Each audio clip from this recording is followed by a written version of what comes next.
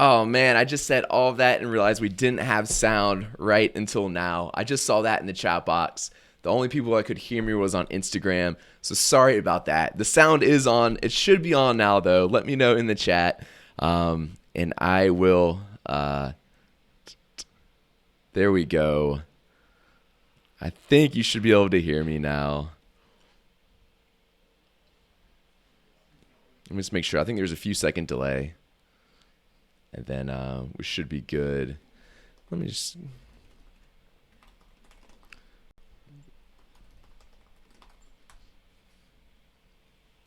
All right.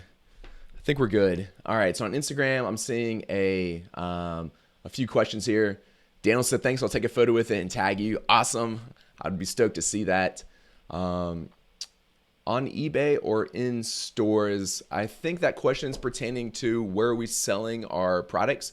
So we'll be selling all of our products on the $1 Million Case Study through Amazon and exclusively through Amazon. So our first product was a hooded baby towel called Jungle Snugs. I don't have it next to me today. I can get it for you in a second. Our new product, we have no idea what it's going to be yet. We're still in the product research phase. And so we'll be finding out. We did one episode on Wednesday, product research, and you can find that on our website. Our next episode will be next week. Our next session is next Wednesday, and that's where we'll be locating what we want to find to sell in Europe. But yeah, that's the plan. If you wanted to add another Jungle Snugs to your existing account, can you do that? Yeah, of course. And actually, it's funny you ask that because we are doing that. We've noticed on Amazon through Jungle Scout that a gray one is really popular. So there's like a gray elephant shaped hooded baby towel, and that's the one that we're actually adding to our US account. So I actually haven't even announced that yet in the $1 Million Case. So you guys are the first ones to hear that live right here. So all right, Philip, I'm happy to hear that the sound is back. So that's great. So let's see, what's better, US or UK store? That's a good question. So in the US store, there's a lot more demand. However, there's of course more competition there as well. Okay. So it's a tough question. I think I'm still a little bit partial to the UK store, or excuse me, the US store, just because there's so much more demand there.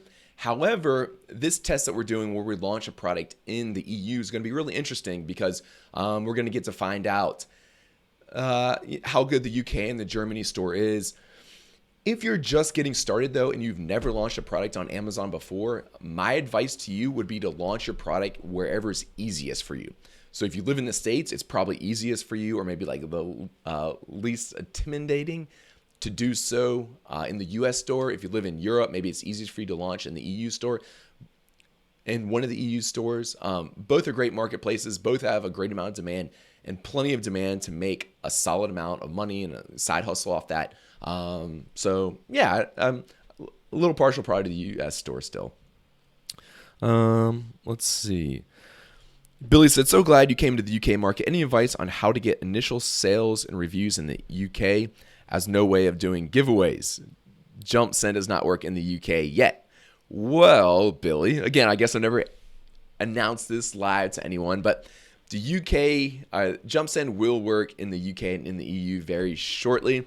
So if all goes to plan, we plan on launching our product through Jump Send and using that to get initial sales and to send our follow-up emails to our customers. It's a good question. Let's see here. Let me know the other questions you guys have. Amazon Australia, thoughts on how to prep and when does it open? I actually saw an article today that Amazon's first distribution center is going to be in Melbourne, Australia. I think they were supposed to open up last month in July. I haven't really seen too much about it. So I think it's open. However, it's going to take some time for there to be any like real demand there. So I'm not too excited about Australia yet. But as time goes on, in a year or 2 years from now or whatever, I'm sure it'll be a lot better marketplace. Of course, a much smaller population in Australia, more so the size of like Canada. So yeah, it'll probably never quite be as strong as the US or like the pan-European thing. But yeah, we'll see how it goes. And we're streaming a few different location spots here, so I apologize if I'm not looking at you. I'm looking at one of the cameras. Let's see, one more. I messaged Amazon who confirmed it's okay to get reviews from friends and family as long as the purchase is at full price. What are your thoughts on this? Sounds very risky to me. Sounds very risky to me too, and I would not do it. Something you have to keep in mind with Amazon is that even though some of these people will tell, like some of the customer service reps tell you this, they do a very poor job of communicating a message to, or like a uniform message to all of their customer support staff. So you can only imagine, I don't know how big it is, like what, they probably like 10,000 customer support reps. I don't know, a ton just in Seller Central at least. So it's better to actually go off of I would personally go off of what other sellers or very like experienced people are telling you, as opposed, or I guess the highest quality information would be the terms of service. I'd say I'd put the second most high quality information of like other sellers and their personal or like in real life experiences, like what the community's actually like going against. And then I'd put seller support actually last, because oftentimes they're just, I feel like they don't train and educate them very well on like a lot of those like more like minute details. And I mean, you guys can understand this. If you email seller support 10 times with the exact same question, you'll get 10 different answers. So I wouldn't personally do that. Have friends or family. I'm pretty sure that's actually explicitly written in the terms of service, which I said was the highest quality source of information. How you can overcome language barriers of the EU countries. Sorry, my voice is a little hoarse today, so bear with me. I speak no other languages except English, and I can't even speak proper British English, only American English. So my plan for that is to hire translators. You can hire them on Upwork. They're not that expensive. I plan on paying $50 or whatever it costs to get my listing translated into the language of the respective country, whether it's German, Spanish, Italian, or French. And yeah, that's how I overcome creating the listing. As far as customer support goes, you are expected to answer customer support in that country's native language. So I plan on hiring someone to do that. There's a lot of people out there. I've heard it. You can get it like 50 cents a support ticket, or I'm sure you could hire a translator on like an hourly rate. So I don't know exactly what the cheapest way to do that is. But I'll figure that out when it comes time. I'm not worried about that. That won't be hard. Let's see. Q4 2017. If you were to begin anew right now, what niches or products would you market based upon your past experience? Good question. Oftentimes and sorry guys, I can only see like the last couple questions, so I'm sorry if I'm skipping some. A lot of times people ask me like, what's the best category to sell in? What, like niche or whatever else do you like best? There's no like one particular category that I like better than the rest. I based all of my product research off a very set criteria, based off hard data. Okay. So instead of looking for like a particular opportunity, instead of like wanting to sell sunglasses or wanting to sell whatever else, instead I only look for products that already have high demand. So I use Jungle Scout to do that, of course. I look for products that have low competition. So that often means a low number of reviews, and other criteria. And we don't quite have enough time in like a 30 or 45 minute Q&A session to go over like all this criteria. But if you go to our website and look at the $1 Million case study, or look at our Jungle Sticks product launch, I lay out this criteria very specifically. And that's the same criteria that I would use in Q4 2017, just like your question asked. Are they going to not block new sellers for fourth quarter? So what Ready to Ride HD's asking about here, last year, so in 2016, for like 6 weeks leading up to Christmas, or maybe a month leading up to Christmas, I don't know exactly what it was, they didn't, they didn't allow new sellers to sign up during that period, just because their distribution centers are bursting at the seams during that very high period. So I have no idea if they're going to do that again this year, but I mean, you could you could just sign up right now because as far as I know, they haven't blocked new sellers from signing up. So, I mean, you can sign up for an account for free. So, like, if you're worried about that, I would just sign up for right now. Or if you don't sign up right now and that period comes and they do that again this year, then, yeah, it's not that big of a deal, right? You just have to wait a few weeks until like Christmas has passed and then they allow everyone to sign up again. Let's see what other questions we have here. Sorry, Instagram. I'm going to grab a few ones from a couple other platforms real quick. All right. Let me make sure I don't miss YouTube.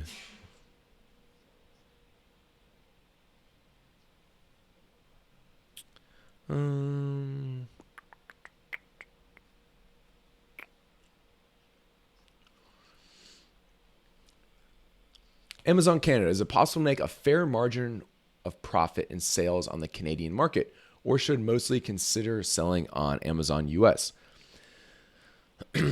Personally, I would mainly focus on the US store. So I'm actually in Canada right now. I'm in Vancouver. I know quite a few sellers here, and almost all of them exclusively sell in the US just because there's so much more demand there. So I would, like I said, I would focus on selling in the US store as opposed to Canada. All right. Lots of questions in Facebook. Sorry, or YouTube. Sorry for ignoring you guys. How long does it take for niches to go from being good opportunity to being too competitive, bearing in mind lead time, samples, production, etc.? It's a good question. And that's going to like vary depending on, Matthew Turner asked that. It's going to depend on a lot of things, right? Like I know, for example, like fidget spinners, which was like the hottest product of 2017. I remember like we saw that like 1 week and it was like the hottest product ever. It was selling like crazy, even though there was like hardly any competition. And then like a month later, there was like 100 sellers. But that's like a very like rare case or rare scenario, right? More than likely it takes like a year, 2 years, something like that. And honestly, like you can't be scared about like going about these and just launching a product. Because like if you're just scared and you're stuck in like analysis paralysis, like you'll just never get anywhere. Okay. So as soon as like you find a good opportunity, I would recommend for you to just go for it. And then remember, like any other sellers that go for it like the same time as you do, and like there's probably not even else going for it at the same time you are. Most people probably just psych themselves out by thinking that. You'll get your product in the same time as them. You'll start getting like reviews at the same rate they are and sales velocity at the same rate they are. So they're not necessarily like a worry for you, right? Just people who've like launched like months or 6 months or a year behind you. Those are the people like you're more worried about, but you'll have already have spotted those people when you go to launch your product. So yeah, I hope that's right.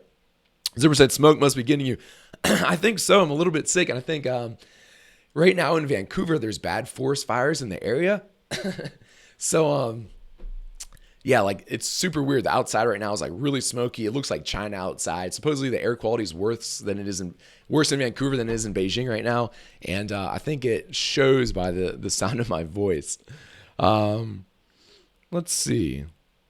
Greg, once you said you didn't know that people from some countries are not able to sell on Amazon. Do you know other countries from where people cannot register for selling? Good question. I think we had someone write in that was from Nigeria and he wasn't able to sell, register to sell on Amazon. I wasn't aware that any specific countries are banned from selling on Amazon. So I don't know that, but I mean, you can just sign up for a free account right now. If they let you sign up for the account, then you're allowed. If they don't, then you wouldn't be allowed.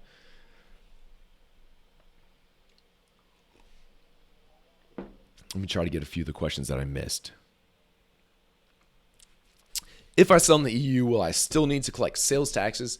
In the EU, the setup's a little bit different. It's called VAT, value added tax, VAT. You don't need a tax jar for that. That was part of the question from Julia. It's more clear cut and specific in Europe. I'm not a tax professional, so I don't want to go into this in too much depth right now. But if you're following along with our $1 Million Case Study Europe edition, we're going to bring on an expert in a few weeks to talk specifically about this, and they will teach us everything we need to know. Is there any way to find out products that sells in the US and ships to Canada? Andreas asks this. Not that I know of, because I sometimes order stuff from the US store and ship it to Canada, and I usually add it to my cart, and then I get bummed out that some things don't ship. So I don't really know besides trying to check out. What's the minimum ROI you would want per item? I shoot for 100% ROI on all my items. So let me get my towel so I can show you an example. All right, so I buy this baby hooded towel for, I think like $5, $4.40 or $5.40 or something like that. So every time I sell one of these, I want to shoot for 100% ROI on my landed cost. So if I land this at Amazon's warehouse for $5, I want to make $5 profit for every one of these I sell. So that's the ROI that I target, and I usually achieve that. Hi, I'm from Belgium. Is it better for me to sell in the US or the EU? Is Germany market better than the UK? Amy asked this. Amy, if I was you and you think it's easy for you to sell in the EU, then I would go for it. Germany market has slightly more market share than the UK. If we look at Amazon as a whole worldwide, the US I think has like 67% of the market share. Germany has 10%. UK has 8%. And all the other stores combined have the rest.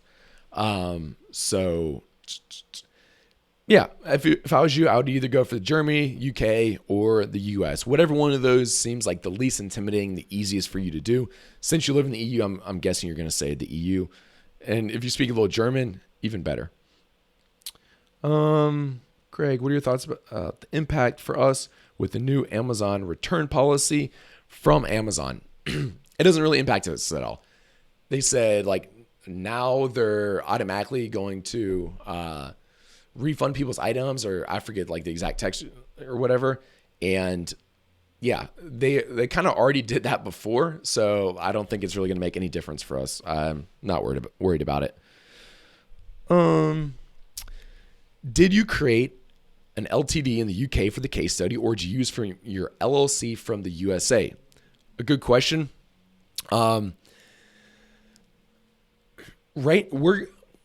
We're going to start by using our LLC in the US. However, that same episode where we talk about value added tax, we're going to bring this up again and talk about the pros and cons of opening up a corporation in the EU as opposed to using our US based LLC. So, there's pros and cons for each. And again, like I'm not an expert in that particular area, at least not yet. So I would recommend to like tune in for our case, the case study where we specifically talk about that stuff, because I know there's a lot of confusion around there. How do you increase your rankings for private label products? I assume they're talking about keyword rankings.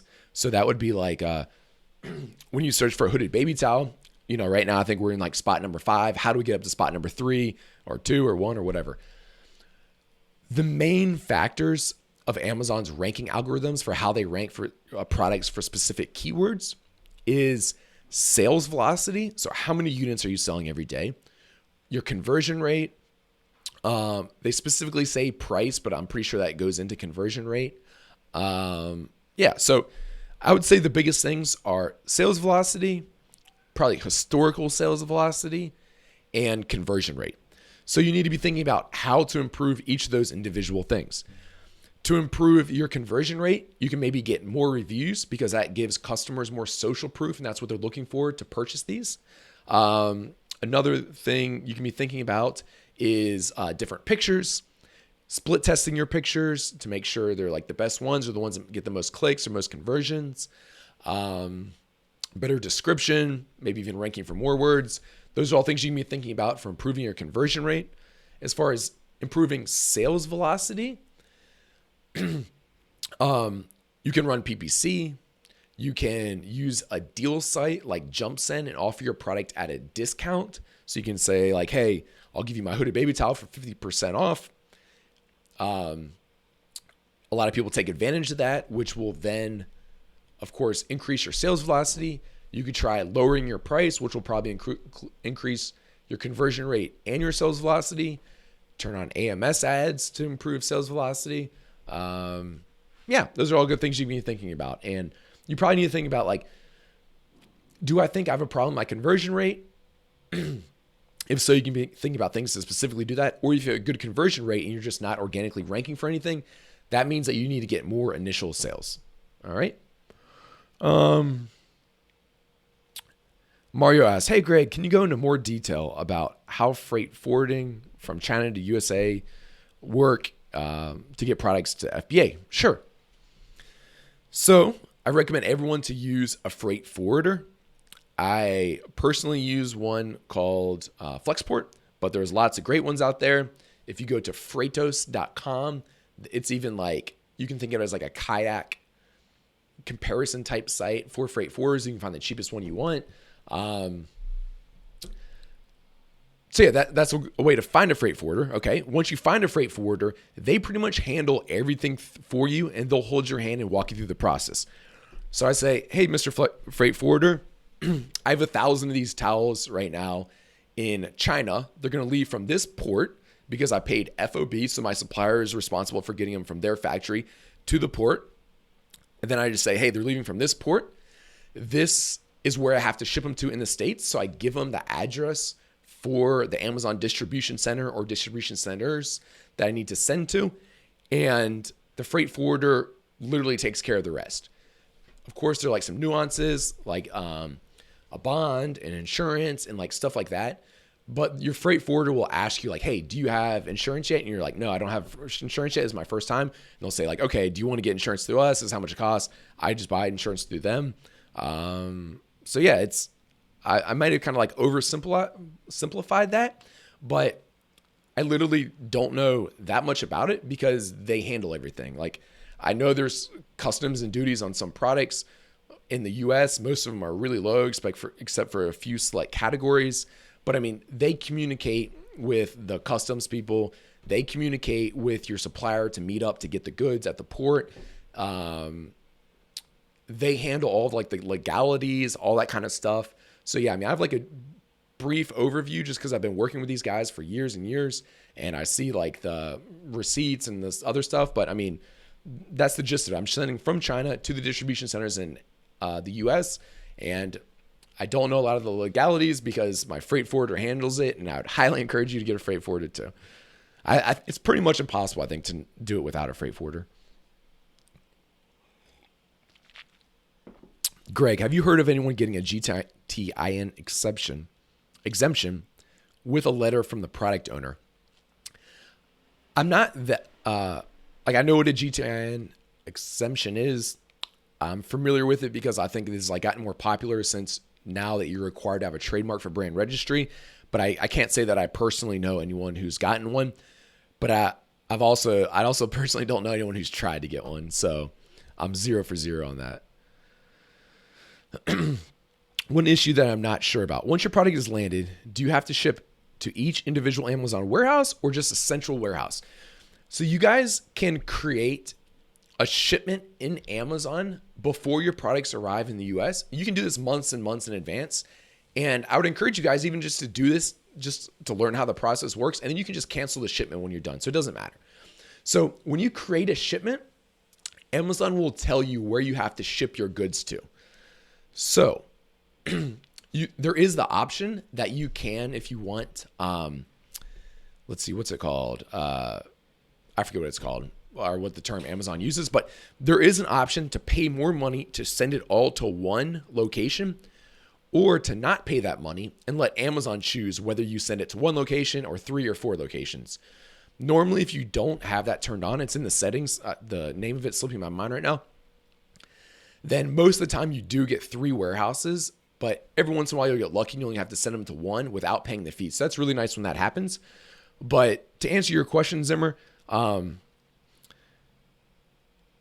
Amazon shipments tell you where you have to send your goods. You don't get to choose. So yeah, you can, like I said, you can create a shipment right now and just delete it when you're done. So feel free to just like give it a try. And the other cool thing is if it turns out to be a good shipment, because they're always different. Like if you try this every day, you get different results. If you try it today and it only makes you send to 1 location, even though you don't have that setting turned on, I'm going to find out what this setting is called. I'm looking at Seller Central right now. Because you don't have that setting turned on, then I would hold on to that shipment because you can make them months and months in advance. And yeah, just keep it. So you only have to ship to that one location. And then actually, if it's like a location like on the East Coast of the US, your freight forwarder might, instead of like landing the product in LA or somewhere on the West Coast, they might ship it through the Panama Canal and land it in like Charleston or somewhere else on the East Coast. All right. While I look for this, I'm going to answer another question. Let's see. Ready to Ride HD. I know you recommend paying for a product with bank transfer. Can you use credit card for shipping? Yes. I've only used Flexport. So I only know about Flexport. But Flexport does have an option to use credit card for shipping, but I think they charge you an extra like 2%. So I normally just do the bank transfer. But yeah, you can use a credit card for that if you want. Yeah, I mean, I guess you just ask. I guess to answer that question more accurately, just ask your respective freight forwarder. But yes, I bet a lot of them do allow that. How do the UPS codes get on the product? This is a can of worms, but I'm going to answer it. Let me get my prop, though.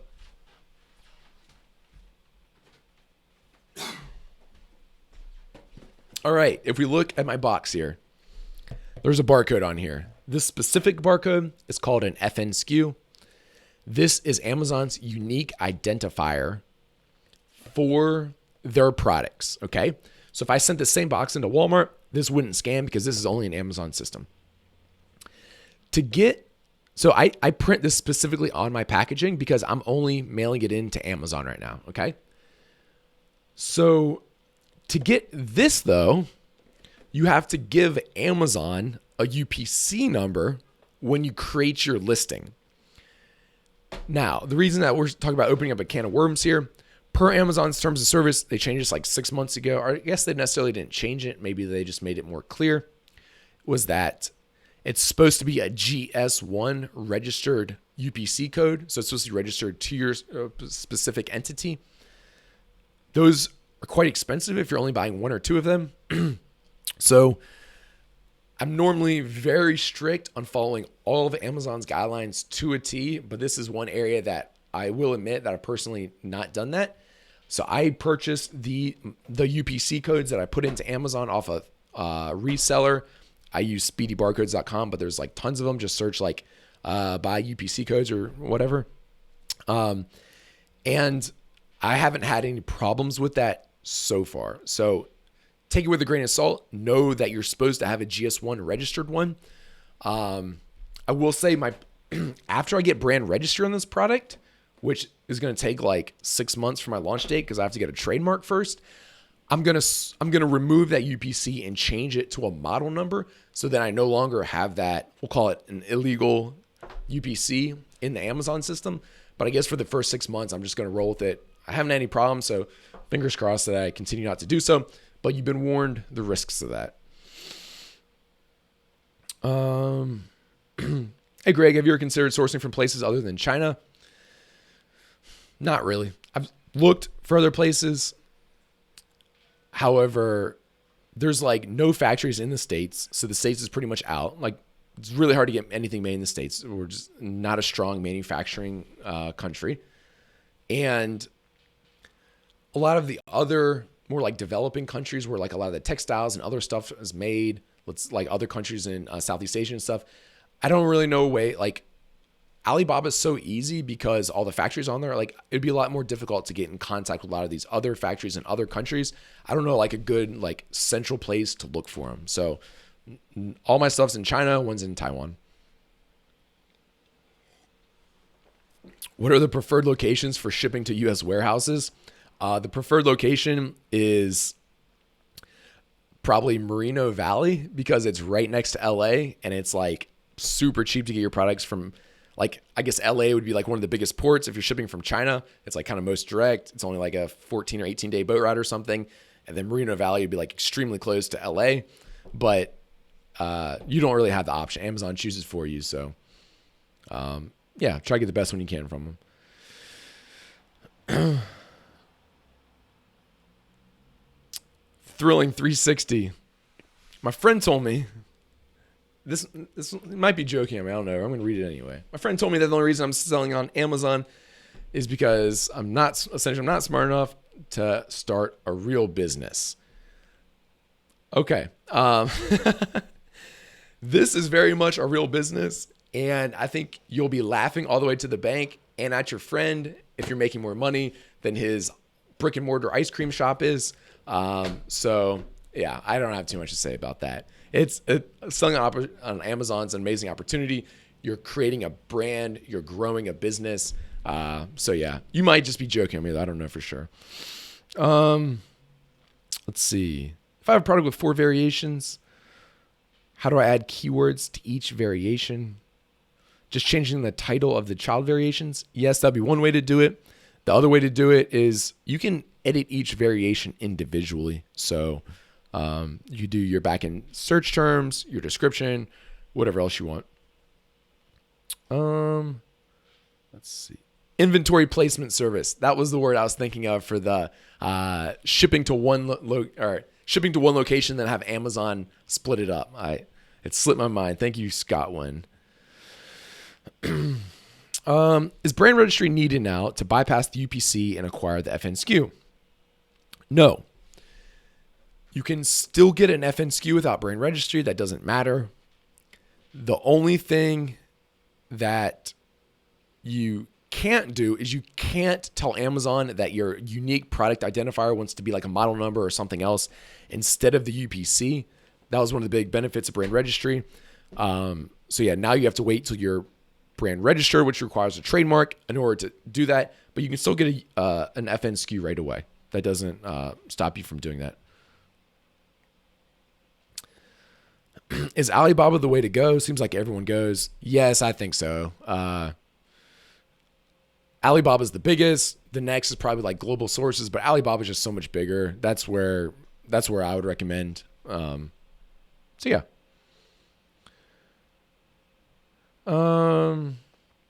Is the shopping cart research method still working? The method of adding 999. Yes, it still works. If a product though has over 999 units, then you can't do it. The max amount, if they have under 999, you can do it. If they have over, then you cannot. Talk about JumpSend and how to get people there to purchase at a discount. There are lots and lots and lots of shoppers on JumpSend. We have over 100,000. I forget, but like 20 or 30,000 visit every single day. So these people definitely buy a lot of stuff. I don't know how many coupons we give it out on a daily basis, but it's in the thousands, maybe tens of thousands. So there's a lot of coupons being distributed on JumpSend every day. A lot of people buying them. If your product's on JumpSend right now and you're not getting very many requests, then I would encourage you to either lower the price. So what you have to remember, like anytime you're using a deal site, these people, like the people that are hanging out there a lot, I mean, these are like bargain shoppers, right? Like they don't want a towel for 20% off. Like they don't like a lot of times they probably don't really need the towel, but it's like, all right, if you have a baby towel for 80% off, yeah, I'll take that. For 40% off, yeah, I didn't really need a baby towel. I wasn't planning on having any big kids anytime soon. So you can try lowering the price. Also keep in mind on JumpSend, I think every 2 or 3 days, there's that bump button. So you can click a little button and it shoots your product all the way back up to the very top of the results. You get more exposure up there. So yeah, there'd be a few little tips for you. How much is the cost for brand registry? 0. It doesn't cost any money for brand registry. You do now have to have a trademark to get brand registry. In the US, trademarks are going to cost you like at least $300. If you use like one of like the budget services specifically for trademarks, you can get them for like $300. If you use like a lawyer, it might cost you $500 or $1,000. Brand registry is not required though. However, it is really nice and I personally recommend it. But if you want to get started on Amazon, don't let that or that fee hold you back because you don't have to have it. Let me, sorry, I'm answering too many off YouTube. Let me go back to Facebook here. Someone's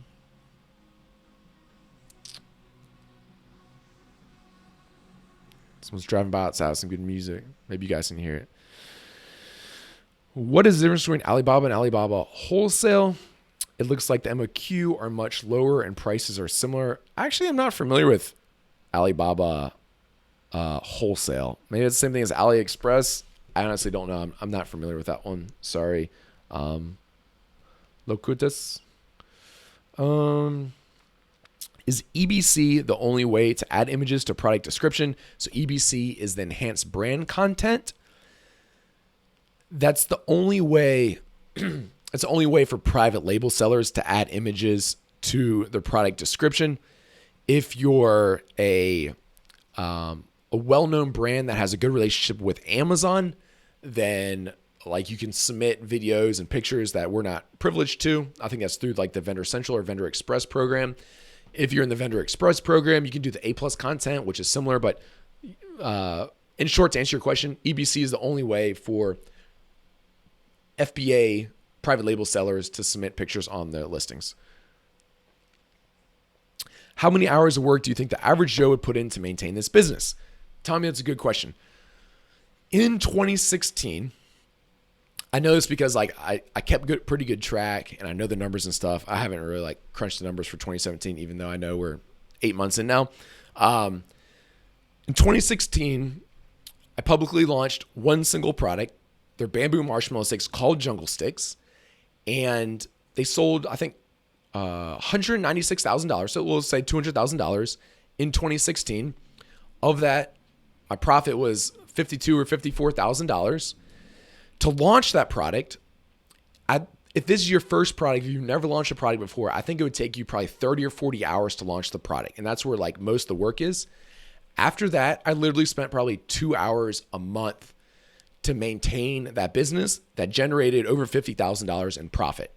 So the work is very much front loaded. After your listing's up and it's selling good and you did your launch and you have a good factory, et cetera, et cetera. Once you have all this, literally all you have to do is just place reorders. So like these are running out of, my Jungle Snugs are running out of stock. So I placed a reorder a couple weeks ago. That took like 20 minutes. I get per product, I'd say I get about like 2 emails a week. So I have to respond to 2 emails a week. I have to place reorders like every other month. And I go in there and optimize PPC and run some split tests every once in a while. So I'd say emails and reorders maybe take 30 minutes to an hour a month.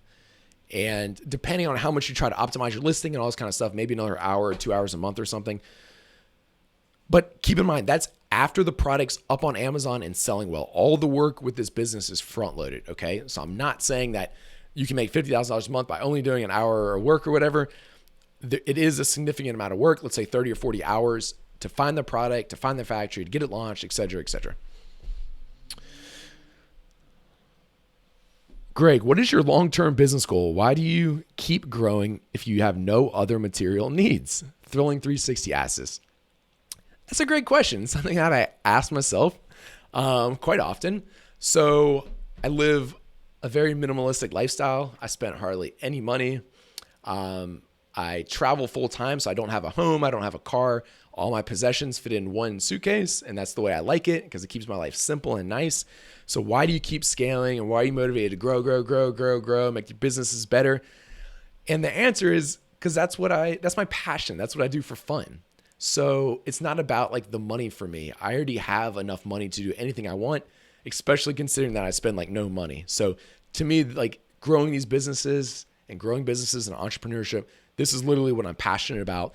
That's what wakes me up in the morning. That's what gets me out of bed. That's what drives me. So that's why I continue to grow my businesses. I want to make them better every day. Like I guess I wake up and I'm excited to make my businesses better. Tom asked, do I need to take any more courses besides watching all your content? No. I'm sure there's lots of good educational material out there. However, like we literally teach every step along the way, and lots of people who have spent thousands and thousands or even tens of thousands of dollars on courses tell us all the time that our $1 million case study is the best piece of educational content they've ever gotten, including the stuff that they paid thousands and thousands of dollars for, okay?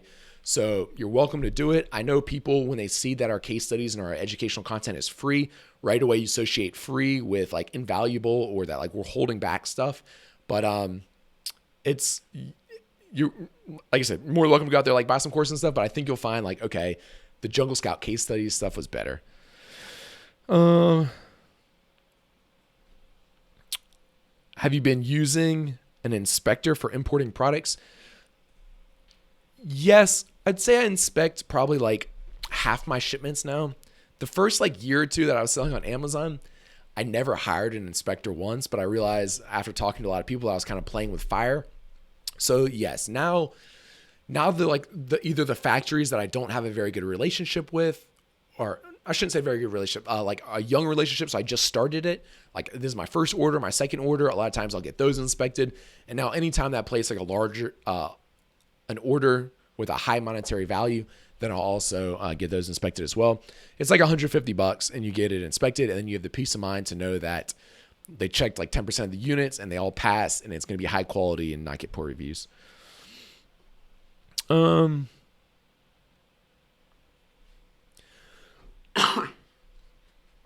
How much money would you recommend to get started? I wrote a blog post on this. If you have under $1,000 to invest on this business, if you don't yet have $1,000 to invest in this business, to be completely honest with you, I would recommend going about other entrepreneurial endeavors or like earning or doing other things to build up your capital. It's pretty tough to do with under $1,000, even though I know there's a lot of success stories out there of people who start with like $100 or $300 or whatever. If you have $1,000, it's a lot easier. If you have $2,000, it's, I think, plenty. William also asked, would you recommend borrowing money for it? That's going to depend on your own risk tolerance. And I don't want to recommend anyone out there to like borrow money for this and then like get in some kind of trouble or something else. That's kind of going to depend on your own like risk tolerance.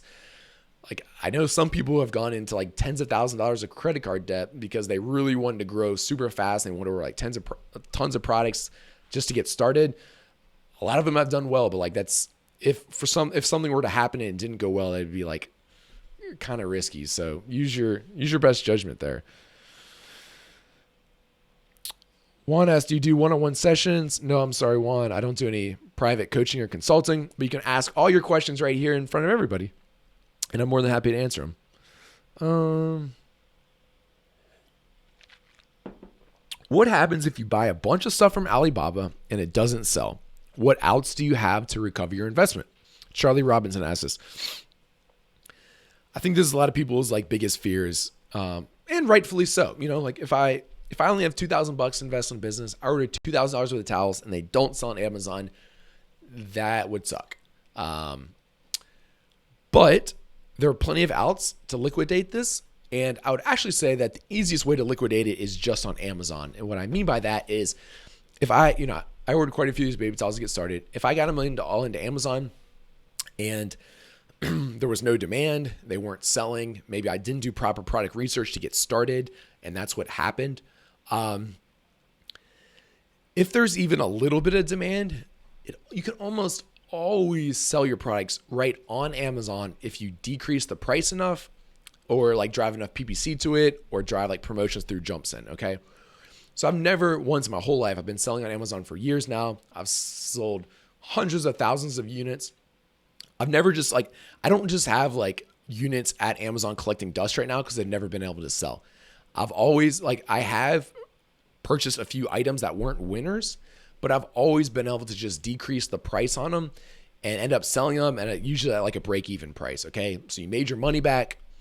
I learned a lot why those particular opportunities didn't work. I learned the process and I kind of like broke even.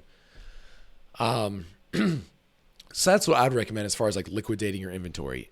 If something were to happen, you couldn't even sell it on Amazon, maybe like your account got banned or I don't know, some other reason why you couldn't even sell them on Amazon, then of course you can try eBay or like local Craigslist or maybe to like another private label seller if is because your account got banned. So, I mean, you still like, the one nice thing about like investing like $1,000, $2,000, $5,000 in inventory, whatever, you still do have like a bit of an asset, right? Like you do have 1,000 jungle snugs that hopefully, unless something went really wrong, you could at least recoup your investment on. That's, what I've always been found. Miami News, your content is impeccable, literally step by step. Thank you. Miami News, thank you for watching. I'm glad you like our content. How to launch your business in Amazon. Three Bros asked that. I would recommend to follow along with our $1 million case study. That's a big question to answer during a Q&A session for an hour. But we do literally go over every single step you need to know to launch your business on Amazon in our $1 million case study. So just go to junglescout.com, go to our free resources, and you'll find it in there. And I encourage you to sign up. And so you can make sure you get notified. Why I'm thinking about it, if you guys would give us a big thumbs up right below this video, or hit the subscribe button on YouTube if you haven't already done so, or give us the thumbs up or the little hearty on Instagram Live there, I'd really appreciate it, guys. We do all this free content, and those are the things I like. I really like seeing in return is getting a little social love back from you guys. So that would mean the world to me. Let's see.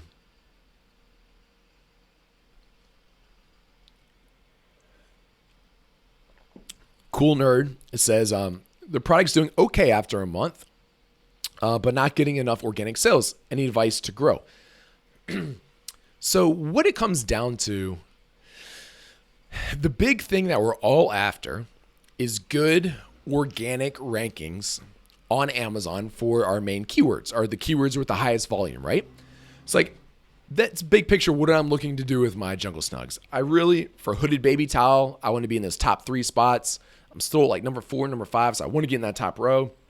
I want to get on the first page for the keyword baby towel, so I'm pretty darn close. It's doing really well, but like I guess I'm in the same boat. I want more sales. I guess I can't be too picky because it is selling like 20 units a day, but I want more. So my advice to you to get more sales is to rank better organically for your keywords.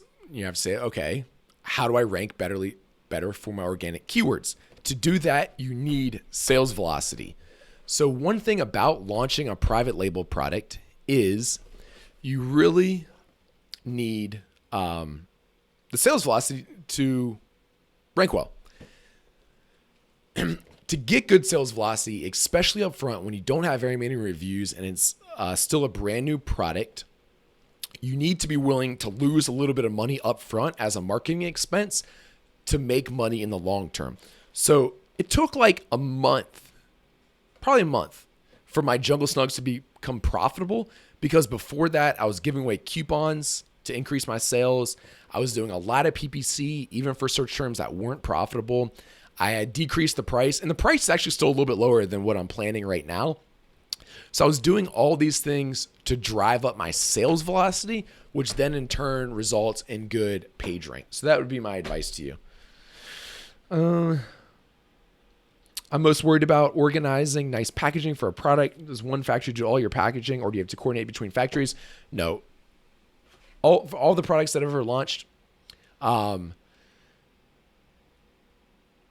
never had 2 factories, one that made the product and one that did the packaging. I've always, that probably happens, but I've never coordinated with more than one. I always, like for this, I only coordinated with the towel company. I told them what I wanted for the packaging and they made it happen. I doubt in their factory, do they have box manufacturing, but like they know people and they just handle all of it, because I don't want to coordinate between these people. That'd be a hassle. So all you have to do is you have to give them a design. It's very easy to find designers. You can use Upwork or you can use 99 Designs. You need to come up with a design like this one. You give it to your supplier. They print it on the packaging, and that's about it. That's actually like, it's pretty easy. We did a whole webinar too if you want to look back at the $1 million case study, but don't let that hold you up. That's something that's pretty easy to do. Do you recommend only work with one forwarder, or one in China and one in the US? Just work with one freight forwarder. Probably hire a person in the US and they communicate with your factory in China and get it on the boat, bring it to the States, get it through customs, any legalities, and then get it to Amazon. So just one person I work with doing that whole process. What do you recommend for people starting out to use to keep track of finances, Wave App, Excel, or paid CPA? We do have a tool for this called Fetcher that works really well. It syncs up with your Amazon account. You can put it in your expenses, so it gives you all your profit and loss, your ROI, your daily sales, everything you need to know to like manage your business. That's a good and easy way to do it. If you're looking for a freeway, then you could just use Excel, but it's pretty cheap. I come across dollar fulfillment service provider. What's your thoughts on using a third party rather than Amazon for fulfillment? I wouldn't do that. You may be talking about seller fulfilled Prime and using a third party fulfillment service to do that, which you could do. But to me, I've never heard of any of them being cheaper than fulfillment by Amazon. If it's not seller fulfilled Prime, then it's not Prime eligible, which means a lot of shoppers don't want to buy it. You're adding a lot of potential confusion and problems to the mix, also involving another party. I would just stick with Amazon as my fulfillment service if I was you. Let's see. I think it was only supposed to go over 30 minutes. It's been 55, but we'll do a couple more here. Let's see. I'm interested in selling on Amazon, but I didn't find my country listed along with other countries. You don't need to be located in the US or in the EU to sell, or even Japan or whatever, to sell in those respective marketplaces. So a lot of people from whatever, Argentina sell in the US, people from Chile sell in the UK, people from Australia sell in whatever. You get the idea. So that doesn't matter.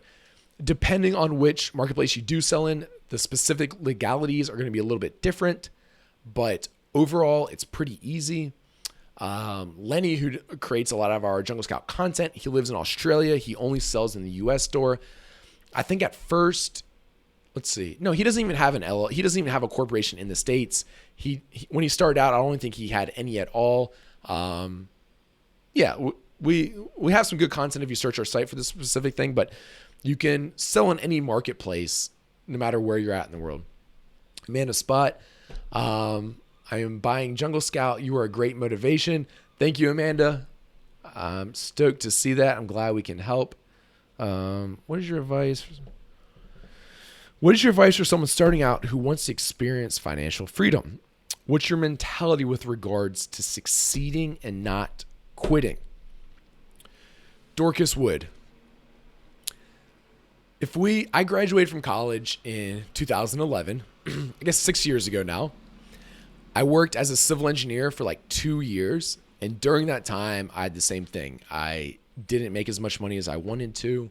I had this strong entrepreneurial spirit and drive to go out there and to create my own thing. And that's when I started selling on Amazon. And that's what I was after. I was after financial and location freedom. My wife and I wanted to travel. We wouldn't have to be like worried about our finances or like living paycheck to paycheck or anything. So this is a great vehicle to do that. Selling on Amazon was the vehicle I used to quit my day job and become an entrepreneur full time. Mentality with regards to succeeding and not quitting. Like, I don't know for sure like what advice to give you for that besides just like have to stick with it. I think like a lot of people when they're young and just starting on their entrepreneurial careers, they experience more hiccups than what they were. Everyone when they're young entrepreneurs and just starting out experiences a lot of these bumps along the way. It's bound to happen. That's part of business, but you have to just like stay driven and just know to like power through them and kind of like get through each one. Helen said, Greg, you guys are awesome. Love the interaction that you create with your subscribers. Helen, thank you very much. You are awesome too.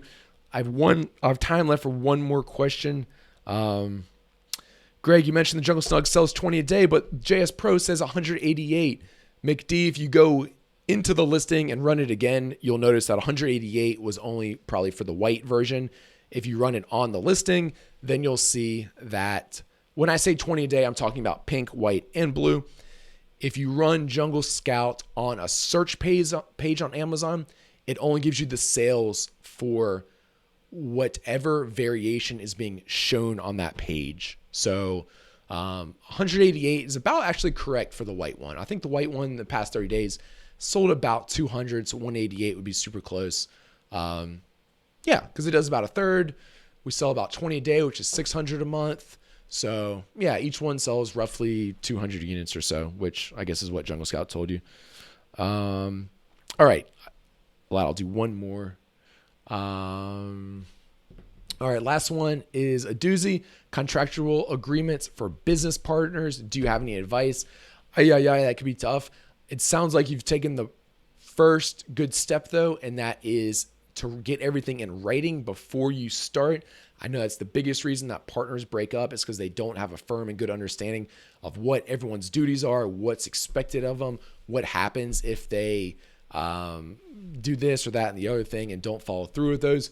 So yeah, that just get every last little thing you can think of in writing. So yeah, I think that's it, guys. We've got an hour. I think I said it was only gonna be 30 minutes, so did a little bit extra here. I know the questions are still coming in, but I got to get back to work. I'm still working on making Jungle Scout better, guys. I have to get back to it. So thank you so much for tuning in. Please make sure to give us a thumbs up or subscribe below if you haven't already done so. If you're interested in following along with the $1 million case study, which is the best piece of content that we're creating right now and the best piece of content on the web, best educational resource on the web for selling on Amazon, junglescout.com/million. I know you're going to love it. So thanks again for tuning in, guys. And I will see you next week on Friday. Adios.